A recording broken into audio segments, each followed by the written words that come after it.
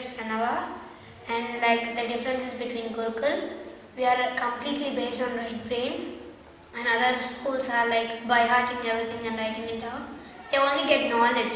When we get only knowledge, we forget it quick. When we visualize and get it and visualize it as a picture, like in social, if we visualize whatever ma'am says like a picture, we'll get it like a story, and we can visualize the story and write it down as answers. But in other schools, they write down the question answers and they start by hearting, which is mugging up. They mug up the whole thing and write it. Okay, talk about mucking up. What do you mean muck up? Are you going to talk about muck up? Okay, how do you muck it up? So then how you like mug it up means like the outer schools, they'll like always repeat it like, for example, I like ice cream like 10 times like a parrot, and then suddenly and when exams come, they'll write it and then forget it soon. So then it's zero use for when you grow up. And here we visualize it in a big picture. So when you visualize things, what are you doing? Like, give me an example of visualization. Means, for example, if they say the word cat, then if you close your eyes and see, there'll be a picture of a cat in your eyes. So how do you use visualization in school? And exactly in history, when ma'am says like in Marathas, Shivaji was born in Shivan, and we can just visualize the diagram. Shivaji is here, in baby in his mother and Jitabai, and he was born near the Shivan near a beautiful lake.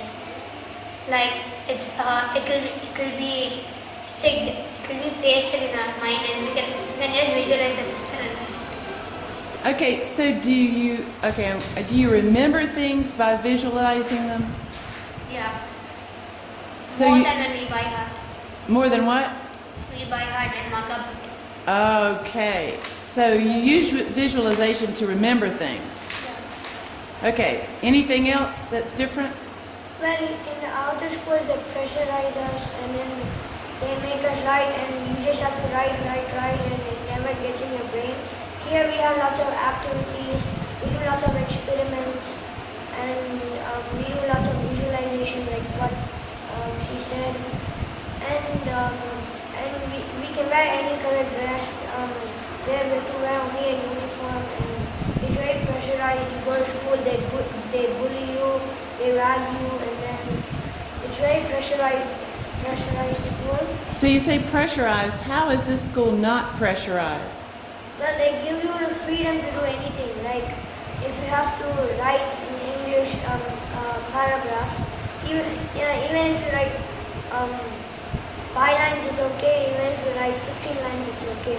Only thing, if you write 5 lines, the teacher, the people who write more lines go to the next level quickly, and the people who write just small lines have to practice that level and then go to the next level. So it's graduated. As you accomplish one task, you go to the next, right? It's like a game. It's like a game. So talk about it being a game. What do you mean by that? So in a game, like any video game, you just play the first level, then only you can go to the second level. So like Even studies, when we complete the first level, we go to the next level. Otherwise, we'll try the first level again. we complete it faster, we go to second level faster. If we complete slow, we just stay in that level, then we go. So do you guys get along really well with each other? Yes. Here we avoid fighting, we avoid like shouting at each other, and there's and we avoid using bad words, we avoid hitting. And it's like we are very peaceful here. Very peaceful. So there's no fighting and no hitting Yeah. and no loud words. Yeah. Okay, anything else anybody wants to say? Every day in the morning, we do chanting. Like other schools, just do one to do mantras and everything. Only 1 to 2 slokas or 3 to 4. And we do many slokas and so. But tell us what a sloka is. Sloka is sloka, it's lots of Sanskrit words. Actually, Sanskrit is a language. It's always a song most of the time. So we chanting is like a poem in Sanskrit that the Vedic masters had given us to activate lots of parts of our brain. So these slokas activate the non-mechanical parts to your brain, right? Maybe sometimes if we are very intense. And we have to do it intense. Okay, that was great. And so what does that shloka do when you chant that?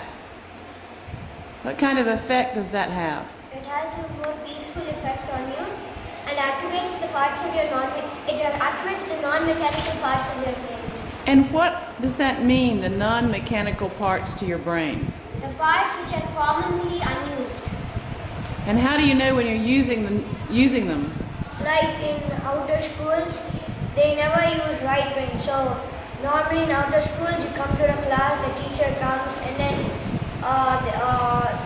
we all stand up and greet her, and then we sit down. She takes the chalk and the blackboard, and then she explains all day boring. We sleeping in the class and writing something, and then at the end of the term, the exam comes, and then you're like stricken, and then you read everything, and then mug it up, and then do all kinds of things. You avoid sleeping in the night, just study, and then you go to exam, and because of the pressure, you forget everything. In the exam, you get low marks, and the teacher scolds you. It's like that. So actually, when you're doing that, you're only using one part of the brain, that is writing, reading. Well, you also sleep, that's all, and eat, that's all we use. But here, we do chanting, which opens our right brain. We do yoga, brain gym, which opens our right brain. And then we do lots of postures, so we become flexible also. And that's all. Wow, so And in maths, we visualize, we do abacus, we visualize the beads and do, which also helps in opening the brain. Okay, so anything else? You do the slokas, and those activate the non-mechanical parts to the brain.